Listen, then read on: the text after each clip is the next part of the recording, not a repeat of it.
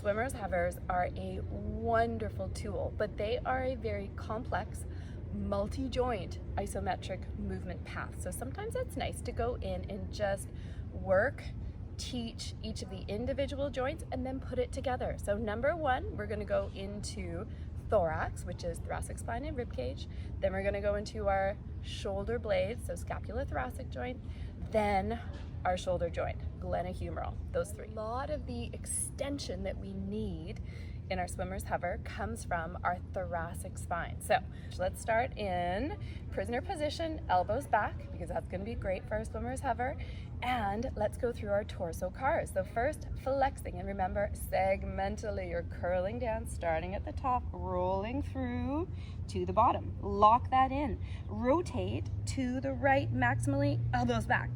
Side flex, maximally, elbows back. And then starting at T12 and then T11, T10, you're extending segmentally, especially through that shoulder blade.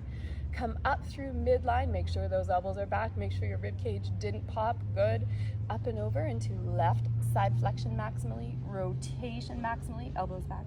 And then curling down to the midline. Then reverse, rotate, elbows back. Side bending, elbows back, segmentally, extending from the bottom to the top, good. Up and over, right side flexion, right rotation, curling down, and then from T12, working up, stacking up like an elevator all the way through. Number two, shoulder blade cars, all the way, protract, elevate, retract, depress. So again, shoulder blade, no neck movement, no rib cage movement, just the biggest circles, go both directions, keep those elbows back if you can. Shoulder blade cars in this upper position, same thing, a little harder, protract, elevate, retract, depress. Again, neck doesn't move, rib cage doesn't move. This is a shoulder blade car. Try to keep those elbows back if you can, go both directions. Number three, shoulder capsules. Make a fist and bring the arms back, and then pure rotation. Now remember, this is not wrist, not elbow, this is shoulder. Maximal internal rotation, maximal external. Then bring it up to 90, same thing, going both directions. And then let's also do our high Y. Now we're ready for swimmer's hover. So first, organize your spine, pelvis, neutral, elongate from the bottom to the very top of your spine. Chin stays anchored, shoulder blades down and back. Pin your elbows back, hands lift off to your spine.